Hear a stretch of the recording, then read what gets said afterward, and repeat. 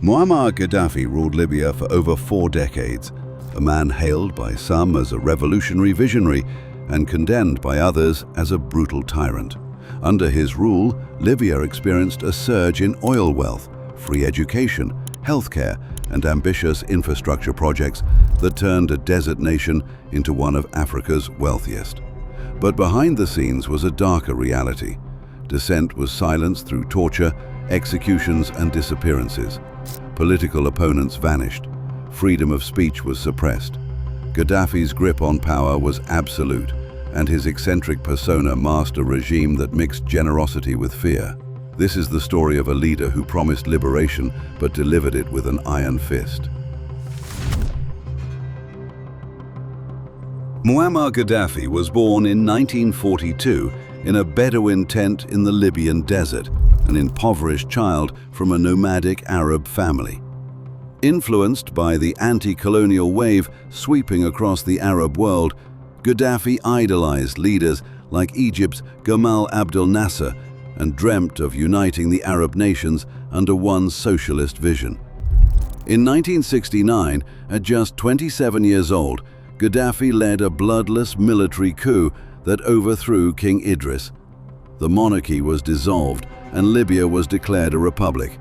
Gaddafi promised to rid the country of corruption, foreign influence, and tribal divisions. Many Libyans cheered. The oil-rich nation had finally found a leader who claimed to put the people first.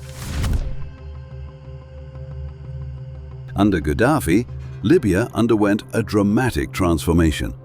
The newly installed regime nationalized foreign oil companies and used the resulting wealth to fund massive public programs.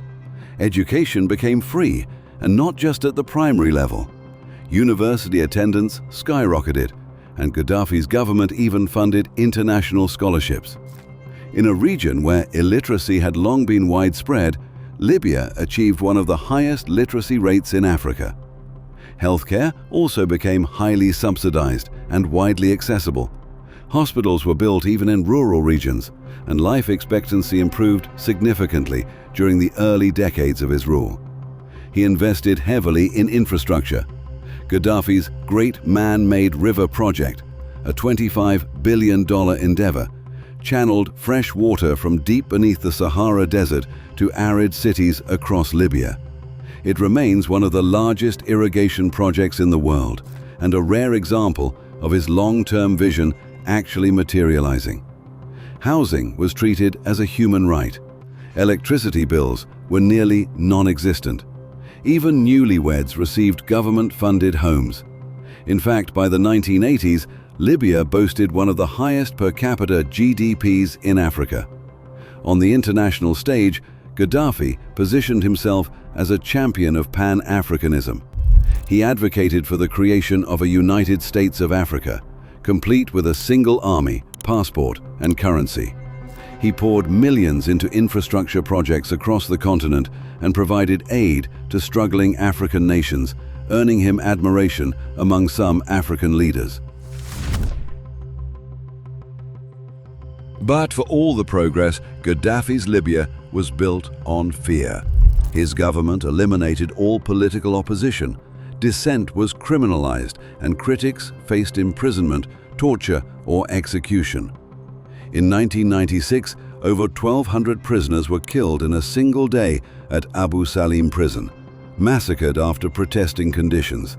Their families would wait years before learning what had happened. Freedom of speech was non-existent. Gaddafi created the revolutionary committees, paramilitary groups that monitored civilians, reported dissent, and enforced ideological purity. Teachers, journalists, even students were expected to quote from his political manifesto, the Green Book, a confusing blend of socialism, Islam, and tribalism that rejected both capitalism and communism. Daring to challenge it could cost you your life. The Green Book became Libya's unorthodox constitution. Political parties were outlawed. Elections didn't exist. Power resided entirely in Gaddafi's hands, even as he claimed to be just a servant of the people. His portraits adorned every street. State TV played propaganda praising his genius.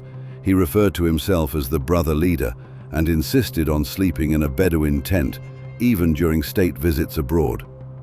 Gaddafi's eccentricities were often mocked in the West, his obsession with female bodyguards, golden pistols, and strange fashion.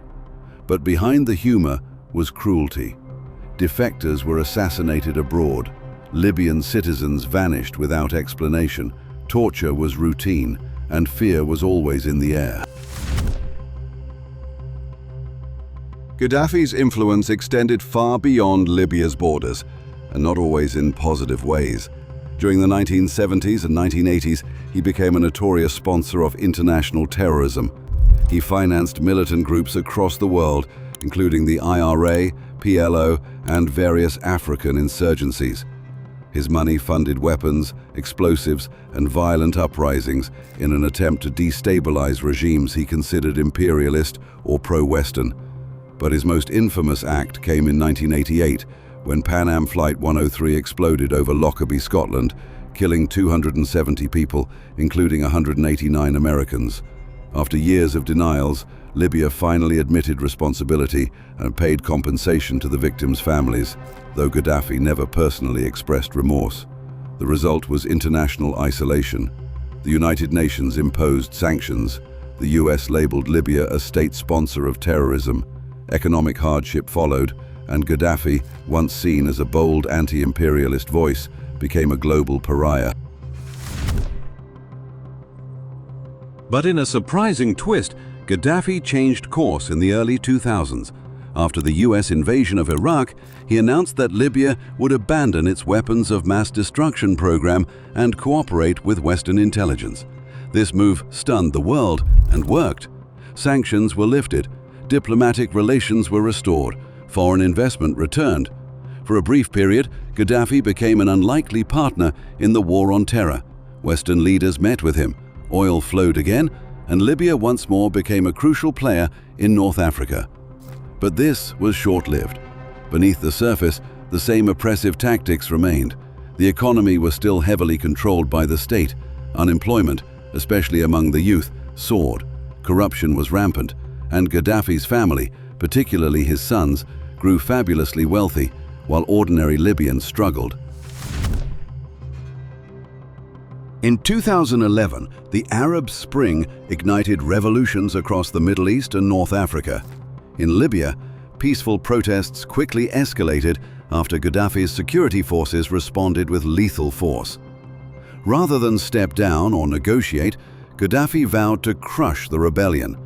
In a chilling televised speech, he referred to protesters as rats and promised to hunt them down house by house. This only intensified the conflict. What began as a protest movement turned into a civil war. Cities like Benghazi and Misrata became battlefields. NATO intervened with airstrikes, enforcing a no-fly zone and targeting Gaddafi's military infrastructure. After months of brutal fighting, rebels captured the capital, Tripoli. Gaddafi fled, but was eventually found hiding in a drainage pipe in his hometown of Sirte. On October 20, 2011, he was captured, beaten, and killed by rebel forces. His final moments caught on video and broadcast around the world.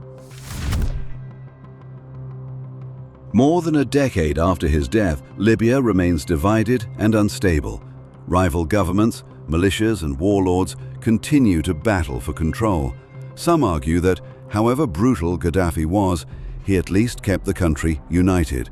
Others insist that his removal was inevitable, that 4 decades of authoritarianism, terror, and economic mismanagement had left the country fractured from within, that the seeds of chaos were planted long before the Arab Spring.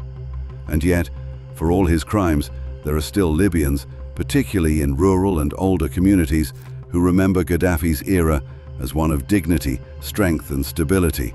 To them, he was not a dictator, but a patriot who resisted Western domination.